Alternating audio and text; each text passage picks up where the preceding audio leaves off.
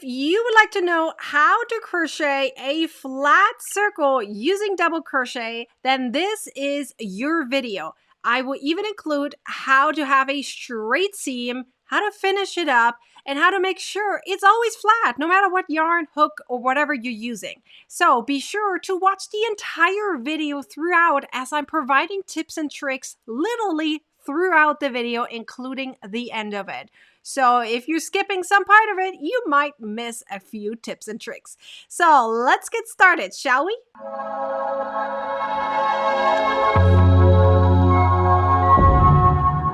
So in order to crochet a flat circle using double crochets, start with a magic ring or an alternative magic ring, then place 2 chains right here, and then we're going to start adding double crochets. Now here's the very important thing, and this is the crucial part of making sure that your circle is flat. You need to figure out what is the right number for you on adding how many double crochets to that circle. Now here's the thing. I'm adding 12 double crochets to this circle. So yes, you can do the math to it. It will work. However, some might need to use 11. Some might need to use 12. Some might need to even use 10. Why is there a difference? I can tell you why there's a difference, because everyone uses a different type of hook depending on what yarn they're using. So for example, I use here worsted weighted yarn and I'm using a 4mm hook. Some of you might use a 5mm hook. That changes the number of double crochets you're adding to this ring. Furthermore, you might even have a different tension than I do.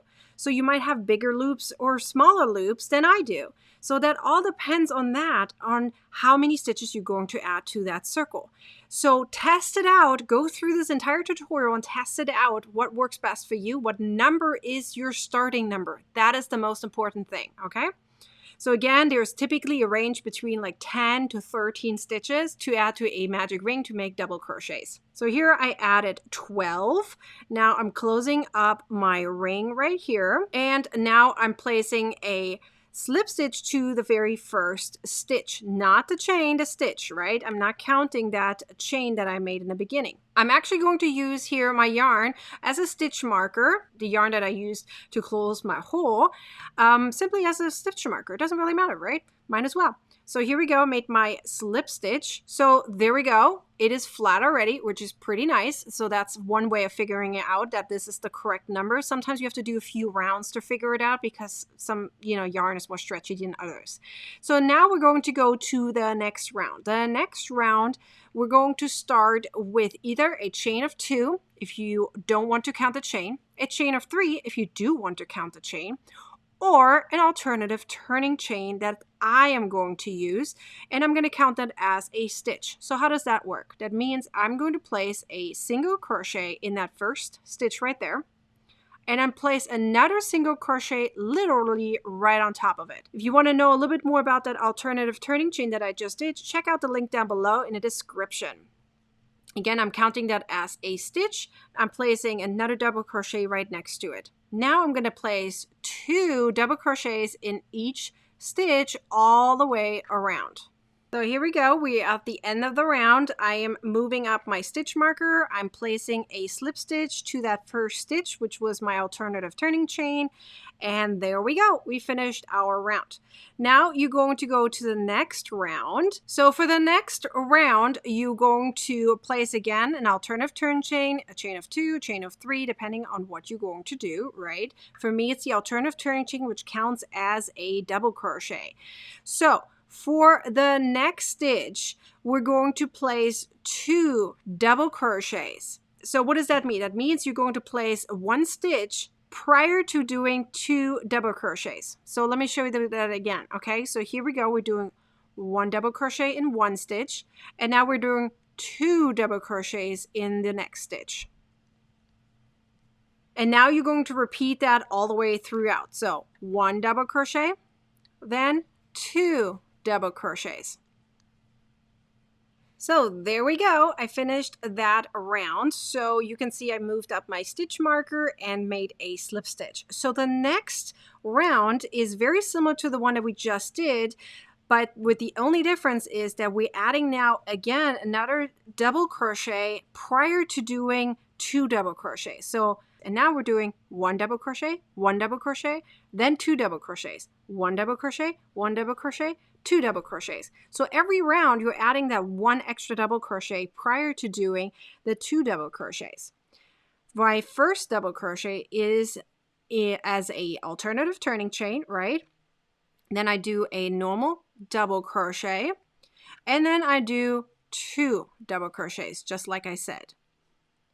And I'm going to do that all the way around. So there we go. I finished that round. So in the next round, you would then do 3. 1 double crochet, 1 double crochet, 1 double crochet, 2 double crochets.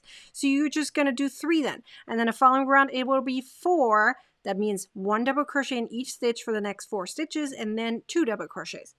Now, it's important that you always count your stitches, but there is a little trick if you don't want to count every single time.